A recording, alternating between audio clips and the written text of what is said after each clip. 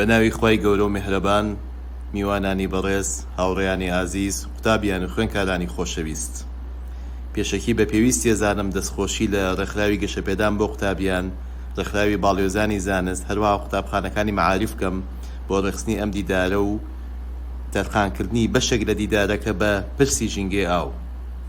خۆم بە خۆشحاڵ ئەزانم ئەمڕۆ لە خزمەتتاندا باز لە بابەتێکین کە پەیوەستە بە ژیانی هەرێکێک لە ئێمەوە، پەیوەندی نێوان مرۆڤ و ژینگە، مامەڵەی تەندروستی مرۆڤ لەگەڵ ئاو.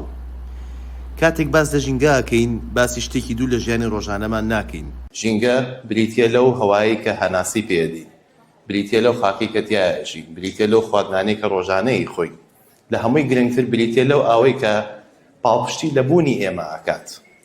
ئاو یەکێکە لە نمونە هەرە دیارەکان کە پەیوەندی نێوان مرۆڤ و سروشت دەخاتە ڕوو. بەبێ ئاو بێگومان نە کشت و کاڵ، نە گەشەسەندنی ئابووری، نە کۆمەڵگەی تەندروست، نە ژیانیش بەردەوامی نابێت. ئەگەر چاوێک بە مێژوودا بخشێنین، بە درێژایی مێژوو شارستانێتیەکانی جیهان لە دەوری سەرچاو ئاویەکان گەشەیان سەندووە. یەکێک لە دیارترین نمونەکان شارستانێتی مێزۆپۆتامیایە، وڵاتی نێوان دوو ڕووبار، وڵاتی نێوان دیژلە و فڕات، the land between rivers.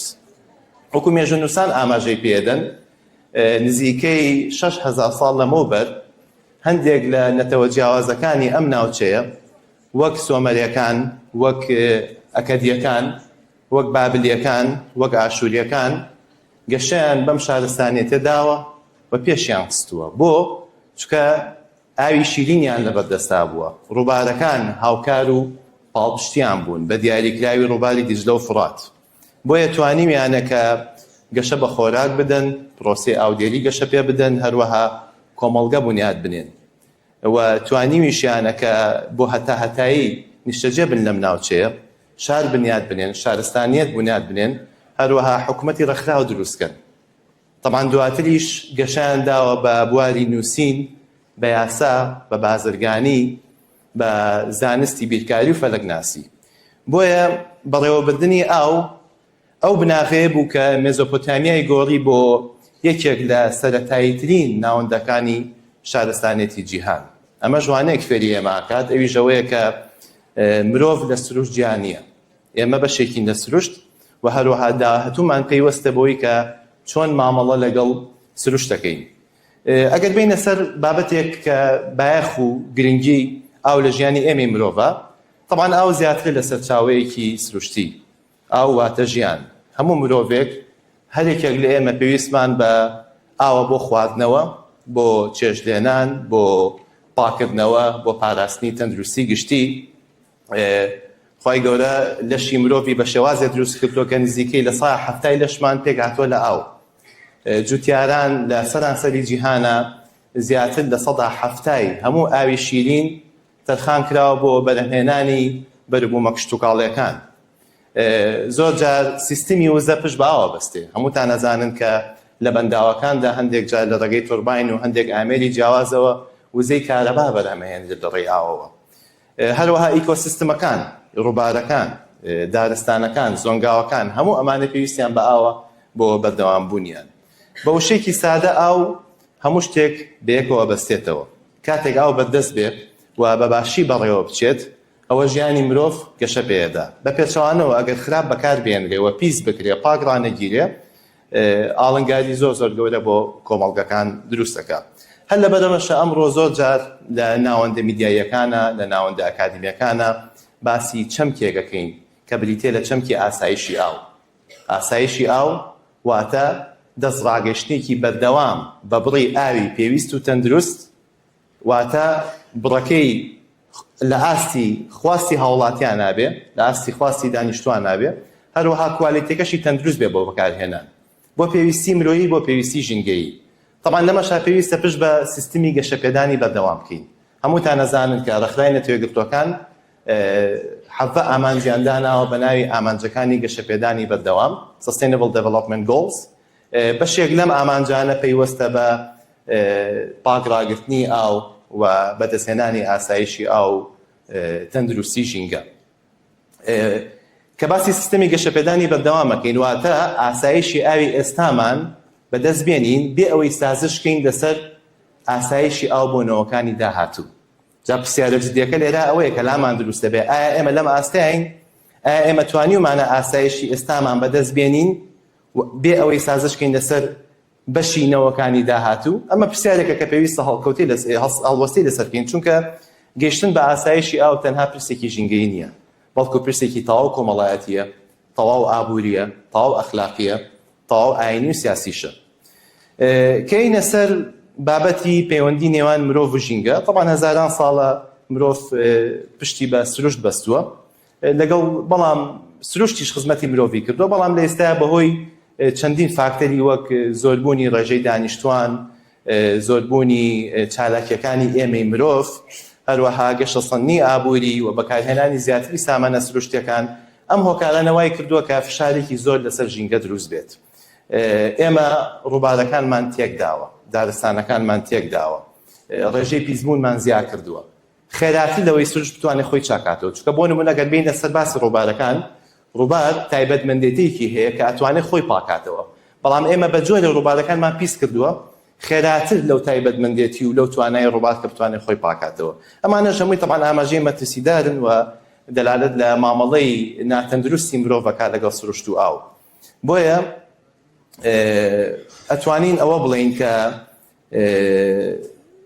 کاتێک ئێمە گرنگی بە ژینگە و سروشت دەدەین، سروشتیش پاڵپشتیمانە کاکە گەشە بکەین. بە پێچەوانەوە کاریگەری نێرێنیەکان دەرەنجامەکەی لەناو کۆمەڵگەیە ئەبینین. بۆیە پێویستە هەڵوەستێ بکەین و هەوڵی گۆڕانکاری و چاکسازی لە مامەڵەی خۆمان بکەین لەگەڵ سروشت و ئاوە. بە پێویستی ئەزانم زۆر بە پوختی بە کورتی باسی چەند داتایەکی نوێتان بۆ بکەم لەسەر ئەو ئاڵنگاریانەی کە تووشی جیهان بووە لەبارەی پەیوەست بە ئاوەوە. لە ئێستاە کێشەی ئاو کێشەیەکی جیهانیە. ئێمە پێشتر لە توێژینەوە زانستیەکانماندا، لە دیبەیتە زانستیەکانماندا، لە ئیڤنتەکانماندا کە ئاماژەمان بە کێشەکانی ئاوە کرد، چەند چەمکێکمان بەکارهێنا. بۆ نمونەمانوت water scarcity، water shortage، واتە کورتهێنانی ئاو، واتە کەمبوونەوەی ئاو. بەڵام ئێستا چەمکێکی نوێ بەکارهێنین، water bankruptcy، واتە ئیفلاسبوونی ئاو، ئیفلاسی ئاو. لە ئێستایە ئەم بابەتە بابەتێکی زۆر گرنگ و کاریگەرە، چونکە مامەڵەی مرۆڤ بە جۆرێک ناتەندروست بووە لەگەڵ ژینگە لە سەدەها ساڵی پێشووە، بەشێکی زۆر لە سەرچاوەکانمان بە تەواوەتی لە دەستداوە نەکەم بوو بێتەوە. جا پێم خۆشە بە کورتی چەند داتایەکی نوێیە کە لەلایەن سێکتەری ئاوی ڕێکخراوی نەتوێگرتوەکان لە مانگیەکی ئەم ساڵی 2026 بڵاویان کردەوە لەلایەن لیژنەی زانستی و زانایانی بواری ئاسایشی ئاو لە جیهاندا ئامادەکراوە. یەکێک لەوانە لە ئێستا زیاتر لە 2 ملیار کەس لە جیهاندا دەستیان ناگا بە بڕی ئاوی پێویست و تەندروست. ساڵانە زیاتر لە 4 ملیار هاوڵاتی لە جیهاندا تووشی کێشەی کەم ئاویە بنەوە بەلایانی کەم مانێک لە ساڵەکەدا. لە ساڵاتی 90ەکانەوە بەشێکی زۆر زیاتر لە نیوەی دەریاچە گەورەکانی جیهان ئاویان لە دەستداوە و وشک بوون. هەروەها پرسێکی تر کە زۆر گرنگەویش پرسی لە ناوچوونی زۆنگاوەکانە. بەداخەوە نزیکەی 410 ملیۆن هێکتار زەوی زۆنگاو لە دەست چووە و ئەمەش زیانە ژینگەیەکەی بە بەهای زیاتر لە 5 تریلیۆن دۆلار خەمڕێنراوە. طبعاً ئەم بابەتە گەر ئێوەی بەڕێزیش دڵنیە ماگەدارن لەوەی کە عێراق بەدەست ئەم کێشەوە دەناڵێنێت و زۆنگاوەکانی کە پێڵێن زۆنگاوەکانی میزۆپۆتامیا، ئەهواری حوێزە و ئەوانی تری جنوب کە تایبەتمەندێتی خۆیان هەیە، لە ئێستاوە بەشێکیان لە ناوچوون و بەشێکی تریشیان مەترسی لە ناوچوونیان لەسەرە. لە کاتێکا لە ساڵی 2016 لەلایەن ڕێکخراوی یونسکۆی جیهانیەوە ئەو زۆنگاوانە دەستنیشان کرا بە شوێنەواری جیهانی و داوا کرا کە پێویستە بپارێزرێت، چونکە ئەمە موڵکی گشتیە، موڵکی هەموو دانیشتوانی سەرزەوێ نەک ناوچێکی جیاواز. بەڵام ئێمە یعنی وڵاتی عێراق لەو ئاسانە بوو کە بتوانێت ئەو بەرپرسیارەتە بگرێتەوە ئەو زۆنگاوانە لە ناوچوون بپارێزێت. سەرڕای ئەوەش کەمبوونەوەی ئاوی ژەرزەویەکە لە ئاڵنگارەکانی تر بە پێو داتانی بڵاو بۆتەوە نزیکەی لە 170 چینەکانی ژەرزەوی لە گشت جیهاندا دابەزینێکی درێژخایەن نیشان دەدەن کە ئەمە داتایەکی زۆر مەترسیدارە. هەروەها وشکە ساڵی لە ئێستا نزیکەی لە 130 هەموو زەوی تووشی کێشەی وشکە ساڵی بووە کە زیانەکەی بە 307 ملیار دۆلار دەخەمڕێنێت ساڵانەکە. ئەم توێژینەوەش لەلایەن جۆرناڵی نێچر بڵاو کراوەتەوە مانی 11 ساڵی 2025 کە بەڕێستا نەزانن دیارترین جۆرناڵی زانستیە لە بواری داهێنان و دەستنیشانکردنی کێشەکان بەگشتی لە جیهاندا. ئەگەر بینە سەر ئەمە طبعا لە ڕووی جیهانیەوە کەواتە ئێستا لەوە دەرچوین کە پرسی ئاو پرسێکی لۆکاڵی بێ پرسێکی هەرێمی بێ لە ئێستا پرسێکی جیهانیە زۆرینەی بەشێکی زۆری جیهان بەدەستم کێشانەوە ئەناڵێنن تەنانەت بەشێکی زۆر لە وڵاتی پێشکەوتۆکانیش ئەگەر بینە سەر ئاڵنگارەکانی ئاو لە عێراق و هەرێمی کوردستان طبعا عێراق وەک هەمومان ئاگادارین بە دۆخێکی سەختی ژینگەییدا تێدەپەڕێت بەهۆی چەندین هۆکارەوە دیارترینیان کە ئێمە هەمیشە ئاماژەی پێکەین خراپبەڕێوەبردننی ئاوە نەبوونی سیاست و استراتیژی گرنگ و تەندروست بۆ بەڕێوەبردننی ئاو ئەوە یەکێکە لە هەرە خاڵە دیارەکان کە ئێمە بەسەرێکی ترین خاڵی ئەزانین خاڵی دووەم کاریگەری گۆڕان و کەشوهەوا لەلایەن ڕێکخراوی نەتۆیەکگرتووەکان عێراق بە یەکێک لەو 5 وڵاتی جیهان دەستنیشان کراوە کە زۆرترین کاریگەری گۆڕانی کەشوهەوای لەسەرە طبعا ئەمەش نادادێکی زۆری تێدایە بۆ چکە کە باسی گۆڕانی کەشوهەواکەین دیارترینیان بەهۆی ئەو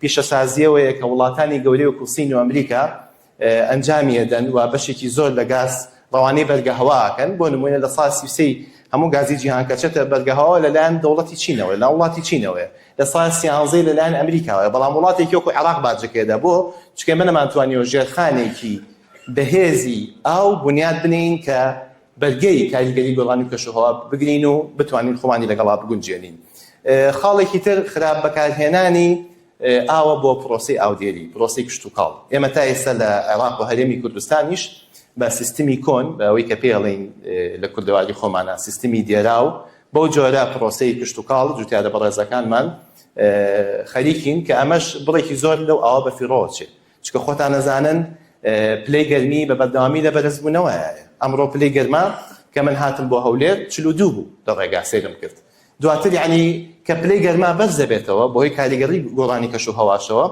وا ئەکات کە زۆری ئەو ئاوە بەفیڕۆ بچێت لە ڕێگەی پرۆسی بەهەڵمبوونەوە بۆیە سیستمی مۆدێرن ئەگەر بەکار بێ وەک سیستمی drip irrigation سیستمی دڵۆب کە لە ڕێگەی تیوبی باریکەوە ئاو بە دڵۆب ئەگەێنین بۆ ڕێگی ڕۆکەکان بۆ شێوازە توانین نزیکەی لە ساڵ هەفتەی ئەو ئاوەی بەکارێنین لە پرۆسی کشت و کاڵە لە بەفیڕۆچوون بیپارێزین و لە کەرتەکانی کە بەکاری بێنین خاڵێکی تر سیاسەتی وڵاتانی سەرچاوە لە گلدانەوەی ئاو طبعا گۆڕانی کەشوهەوا دیاردێکی جیهانیە هەموو جیهانی گرتوتەوە بەشێکی زۆر لە وڵاتەکان زیاتر کاریگەریم پێ بە تایبەتی ڕۆژهەڵاتی ناوڕاست بۆیە هەردوو دەوڵەتی تورکیا و ئێران کە سەرچاوەن ئەوان ئێمە وڵاتی ڕێژگەین ئاو لەوێ و بۆمانیت ئەوانیش سیاسەتی خۆیان بە جۆرێکە کە زۆرترین ئاو گلبنەوە ژێرخانی ئاوی خۆیان بەهێزکەن بەمەش وڵاتات کە ئێمە کەمترین بڕە ئاومان دەستکەوێ زۆر کەمتر لەو بڕێکە لە ساڵانی پێشووترا دەستمانەکە و ئەمە ژۆی کردو کە ئاستی ئاوی سەرزەویمان بە تەواوەتی دابەزێت خاڵێکی تر نەبوونی هۆشیاری ژینگەییە نەبوونی هۆشیاری ژینگەیی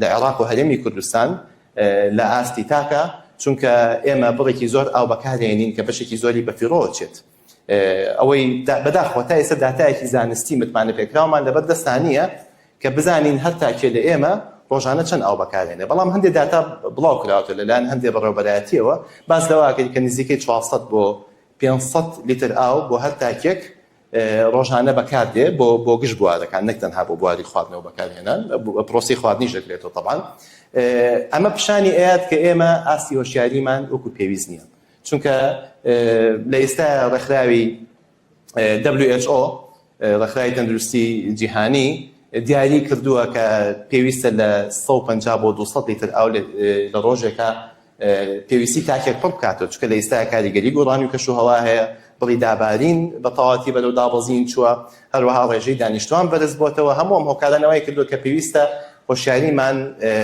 بەرز بێتەوە و بڵی ئاو کەمتر بەکاربێنین تەنها لە کاتی پێویستە طبعا ئەمانە شوای کردووە چەندین دەرەنجامی مەترسی هەبێت بۆ نمونە لە سەدا 90 ئاوی دیجلە و فڕات پیس بووە بە پێ و داتانی کە ڕێکخراوی نەتۆیەکگرتووەکان بڵاوی کردوێتەوە مەش ئاماژەیەکی زۆر مەترسیدارە چونکە کە باسی پیسبوونەکەین لە بەغداد و لە هەندێک لە ناوچەکانی جنوب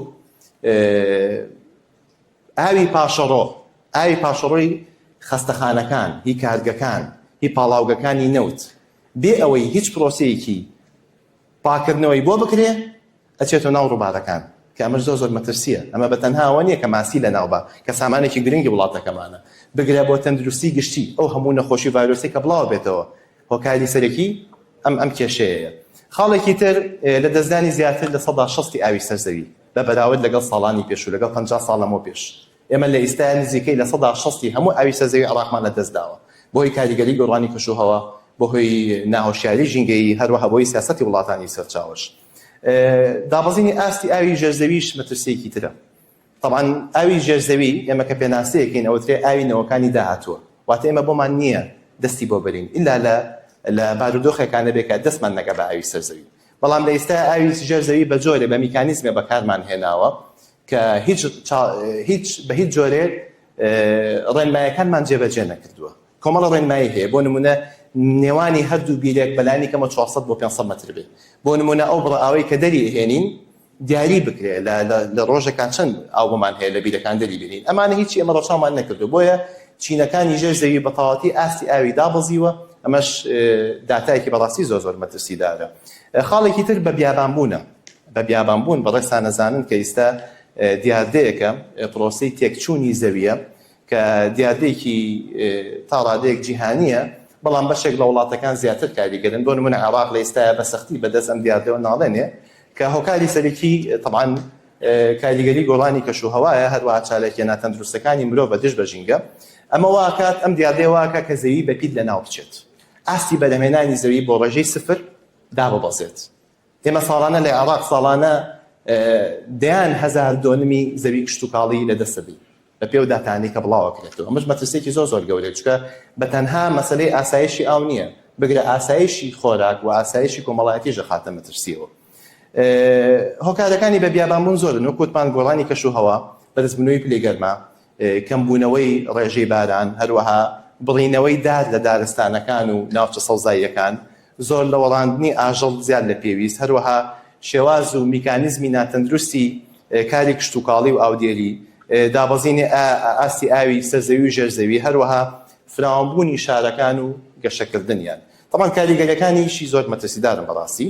یەکێک لەوانەوە گوتمان لە دەستدانی زەوی بەپیت، لە دەستدانی بڕی پێویستی بەرهەمی لۆکاڵی، بەرهەمی خۆماڵی، هەروەها کەمبوونەوەی ئاو، لە دەستجانی هەمەجۆری ڕووەک، هەروەها ئاژەڵ و تێکچوونی سیستمی ژینگە ئیکۆسیستەم بەگشتی، هەروەها بڵاوبوونەوەی هەژاری و لە دەستدانی کار.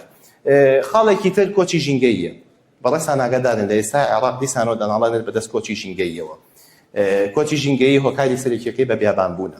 طبعا پارێزگاکانی وەکو میسان و ذیقار و قادسیە و تەنانەت بەسڕەشی گرتوتەوە و بەپێی دوایەمین داتاکە لە ساڵی 2026 لەلایەن ڕێکخراوی کۆچی نێودەوڵەتی و دەستگای پەنابەرانی نەتەوەیەکگرتوەکان بڵاو کراوەتەوە، زیاتر لە 172,000 هاوڵاتی کۆچی ژینگەییان کردووە لە ناوچەکەی خۆیان بەجێهێشتووە، چونەتە ناوچەیەکی کە بەهۆی دیاردەی بە بیابانبوونەوە، بۆهۆی نەمانی ئاوە، بۆهۆی نەمانی سەرچاوی ژیانەوە، چکە زۆرێک لە هاوڵاتی و ناوچانە بۆ بژێوی ژیانی خۆیان پشتیان بەستۆ بە پرۆسەی کشت و کاڵ و پرۆسەی ئاژەڵداری. کاتێککە ئاو نامێنێ بە تەواوەتی ناچارن کۆچ بکەن. تاوان کە کۆچیش دەکەن بەڵێسان نەزانن کاریگەری نەرێنیە بێت لەسەر ناوچەکانی تریش، شارەکان قەڵەباڵغترە بن، ژینگە زیاتر پیسە بێت، واکە هەلیکات کەمترە بێتەوە، فشار دروستەکان لەسەر ژێرخان و خزمەتگوزاریەکان، هەروەها ناسەقامگیری کۆمەڵایەتی و بەرزبوونەوەی ڕێژەی هەژاریشی لێکەوێتەوە. خۆشبەختانە ئێمە کرد بینە سەر هەرێمی کوردستان. هەرێمی کوردستانی ئێمە خۆشبەختانە ناوچەیەکی جوان و شاخاویە، ڕووبار و دۆڵ و سامانی سروشتیمان هەیە و دەوڵەمەندین پێی. لە ڕووی مێژوویەوە ئەم ڕووبار و دەریاچەکانیاوانە پاڵپشتی و هاوکارێکی زۆری خەڵکی گوندنشین بوون تا پەرە بدەن بە پرۆسەی کشت و کاڵ و بەرهەمهێنانی بەرهەمە لۆکاڵەکان، بەرهەمە خۆماڵەکانی خۆمان. بەڵام ئەم ڕۆژ دیسانەوە ئێمەش تووشی ئەم ئاستەنگیانەی ئاو بووینەتەوە و ئێمەش بە دەردین لەو کێشانی کە بەرۆکی عێراقی گرتووە لە دوای ڕاپەڕینی ساڵی 1990 و پرۆسەی ئازادبوونی هەرێمی کوردستانی خۆمان زیاتر گرنگیمان بە سێکتەری وزە و نەودیاوە و تا ڕادێکی زۆریش سێکتەری ئاوژینگەمان بەداخەوە پەرە پێ نەداوە، بۆیە ئێستا کاریگەریەکانی دەرەکەوێت. چکە لە مەترسەکانی کێشەی ئاوژینگەوەیە لە ماوەی 30 بۆ 50-60 ساڵ یان 100 ساڵ خراپ ئاوژینگە بەڕێوە ببرێ، لە دوای مودەیەکی زۆر لە دوای ماوەیەکی زۆر دوور و درێژ کاریگەریەکانی دەرەکەوێت. کە کاریگەریش دەرەکەوێت زۆر یعنی سەختەکە بتوانین ئەو کێشانە چارەسەرکەین و میکانیزم و تەکنیکی زۆر نوێ و تازە و تەندروست و تایبەتی ئێوە بەڕاستی. ئەمڕۆ طبعاً لەگەڵ هەموو ئاڵنگاری و کێشانی هەمانە ئەوەی کە ئەمێ ئاماژەی پێ بەم ئەوەیە کە تا ئێستا ئێمە بیرمان لە بەکلتورکردنی پاراستنی ئاو بە فیڕۆدانی نەکردوتەوە تا ئێستا. هیوادارین لە ئێستاوە هەوڵی ئەوە بدەین بە تایبەت ئێوەی گەنج، چونکە ئەوەی کە بینین ئێمە وەکو پسپۆر بەداخەوە لە ئاستی گشتیە هاوڵاتی زیاتر فشار لە حکومەتەکە کە بەنداوی زیاتر دروستکەن. طبعا ئەمە مانایەکی تا ڕادەیەک سێری هەیە، واتە ئێمە نیەتمان نییە مامەڵەی خۆمان چاکسازی تیا بکەین دەست بە ئەوە بگرین و بیپارێزین، بەڵکو نیەتمانە کە بەردەوام بە هەمان شێواز بە هەمان تەکنیک ئاو بەکاربێنێن و بە فیڕۆبین بۆیە داواکەین کە بەنداوی زیاترمان بۆ دروست بکرێت. طبعا گرنگە کە استراتیژمان بگۆڕێ، پرسیارە گرنگەکە ئەوەیە لێرەدا ئەی چی بکەین، ئێستا چی بکەین. تقریبا هەندێک داتامان خستەڕ و لە ئاسی جیهان و لە ئاسی عێراق و هەرێمی کوردستانیش چارەسەرەکەوەیە شەڵ لەگەڵ سروشتان نەکەین، چارەسەرەوەیە کە لەگەڵ سروشتا کار بکەین و خۆمان بگونجێنین لەگەڵ گۆڕانی کەشوهەوا.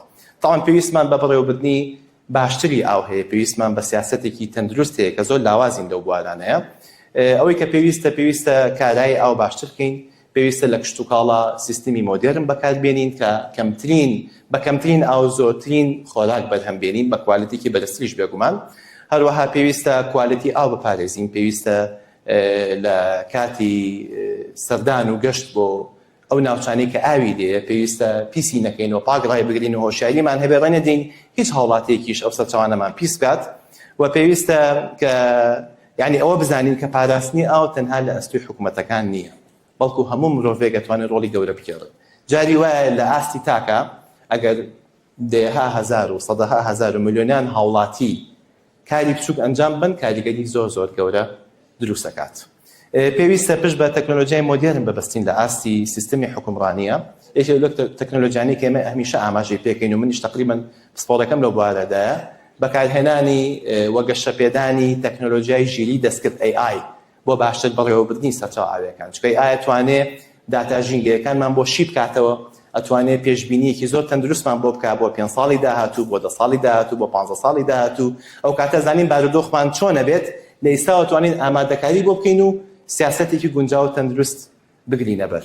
لەسەروی ئەم خاڵانەوە پێویستە ئەو شەڕەی ئەنجامی ئەدەین و داوا لە حکومەت ئەکەین کە بەنداوی زیاترمان بۆ دروست بکات، ئەو ئاڕاستی ئەو شەڕە بگوازینەوە بۆ بە کلتورکردنی پاراستنی ئاو، بە کلتورکردنی ڕێگرتن لە بەرفیڕۆدانی ئاو.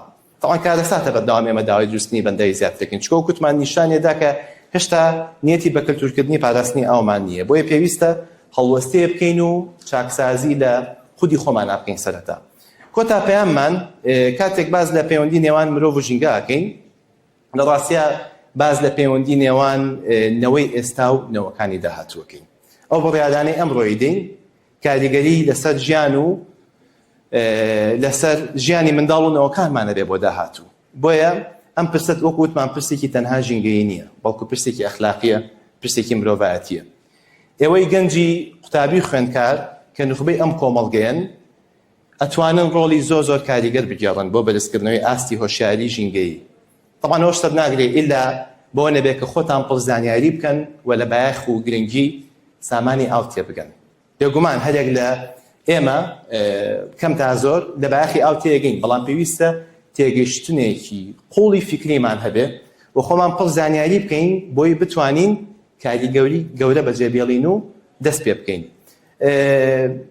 ئێوە ئەتوانن لە ڕێی زانکۆکانەوە، لە ڕێی ناوەندە ئاکادمیەکانەوە، لە ڕێی میدیا و ڕاگەیاندنەکانەوە، لە ڕێی دەستگا فەرمی و نافەرمیەکانەوە هەوڵ بدەن ئاستی هۆشیاری تاک بەرزکەنەوە و لە گرنگی مامەڵەکردنی تەندروست لەگەڵ ژینگە و ئاو هاوڵاتیان وشار بکەنەوە.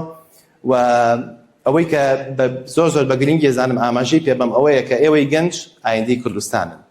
مامەڵەی ئێمەی جیلی هەشتاکان و جیلەکانی پێش ئەمە لە جیلی حەفتاکان و شەستەکان و پەنجاکان مامەڵەیەکی تەندروست نەبوو لەگەڵ ئاو ژینگە. ئێوەی نەوەی نوێ ئەتوانن هەنگاوی کردداری زۆر گەورە بنێن و هەڵەی نەوەکانی پێش خۆتان ڕاست بکەنەوە و هەوڵی بە کلتورکردنی پاراستنی ئاو ژینگە بدەن لە ناو کۆمەلگادا.